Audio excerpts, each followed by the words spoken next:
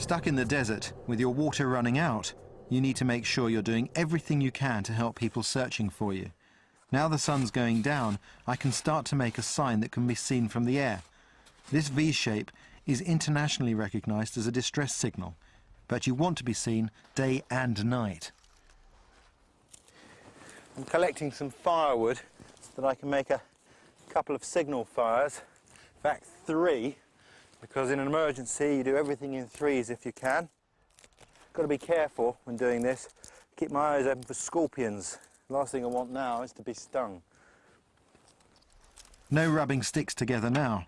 Use what you've got, and the vehicle's fuel will save a lot of effort in my attempt to attract rescue. Now all I've got to do is wait for nightfall.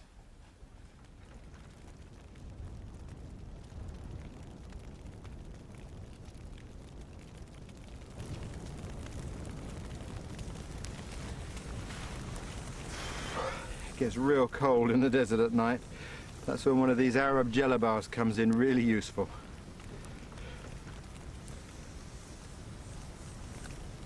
I feel like Obi-Wan Kenobi.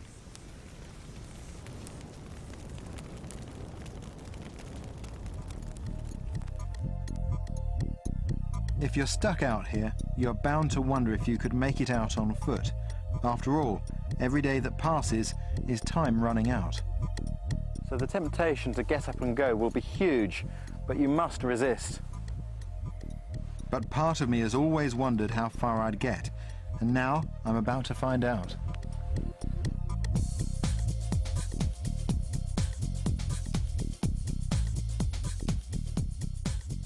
If you haven't got a hat with you, it's vital that you improvise some sort of shade for your head. And for that I've bought this piece of parachute nylon with which I can easily make an Arab-style headdress. I'll take that knot, place it at the back of my head, and gather the fabric, and then just wrap that around and tuck it in.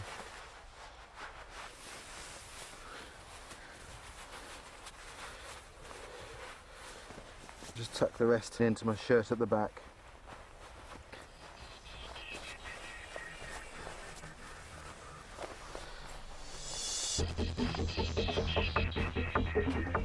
It's only when you actually try to walk in a desert as arid as this that you realise just how difficult that task is.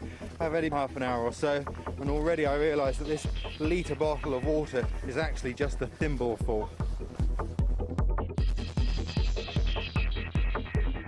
If I'm not to suffer sand blindness like the crew of the Lady Be Good, I need some way of protecting my eyes. And with the sun beating down, you've got to use whatever's to hand.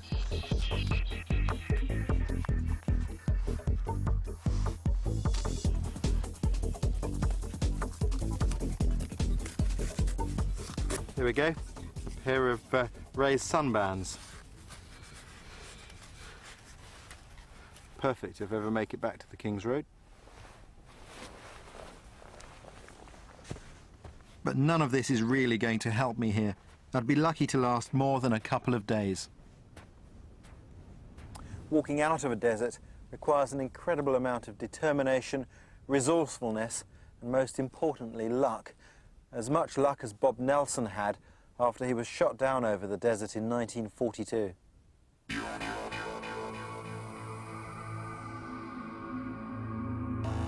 Bob managed to grab a few supplies before his plane blew up. Some tins of tomato juice, serve cool, a water bottle, torch and compass were all useful, as was Benzedrine, an amphetamine provided to keep him going with little food or sleep. But his crepe-soled desert boots weren't really up to the journey ahead. For 7 days, the only living things he saw were flies. During the heat of the day, he rested, walking only at night, signalling forlornly with his torch to try and attract aircraft.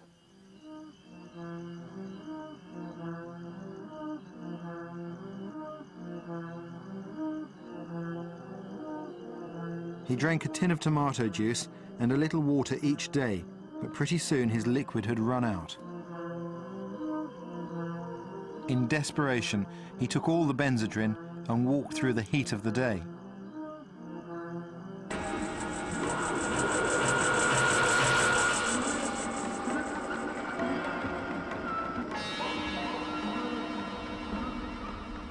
It was a desperate thing to do, and eventually he passed out. He came to beside some telegraph poles, thinking that if he broke the line, it would attract attention. He cut several down, but even then no one came. However, the empty petrol tins he found at the foot of the poles probably saved his life. With great resourcefulness, he cut them open. In the morning, condensation had left drops of water on the metal.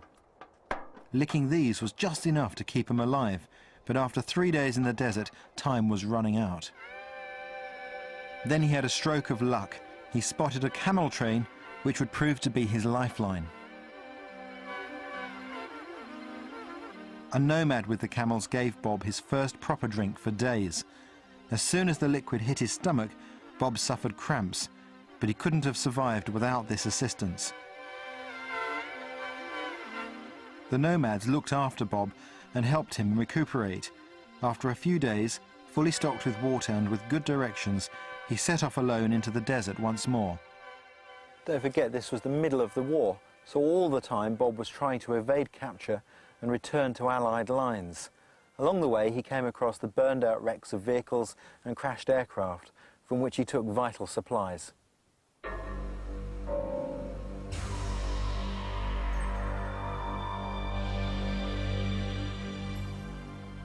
Eventually, after 18 days in the desert, Bob reached the German front line, which he simply walked through in broad daylight. But no man's land was a different matter. It was here that Bob's luck finally ran out.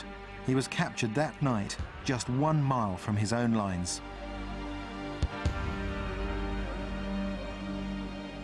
But Bob Nelson's extraordinary story didn't end there.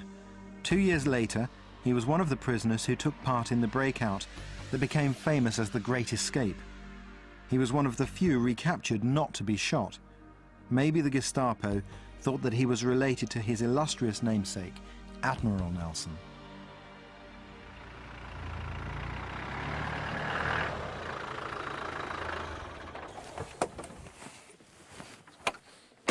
Unlike Bob, most of us need rescuing to be able to return safely to food, shelter, and most importantly, a cold drink. 1 beer, barman, please.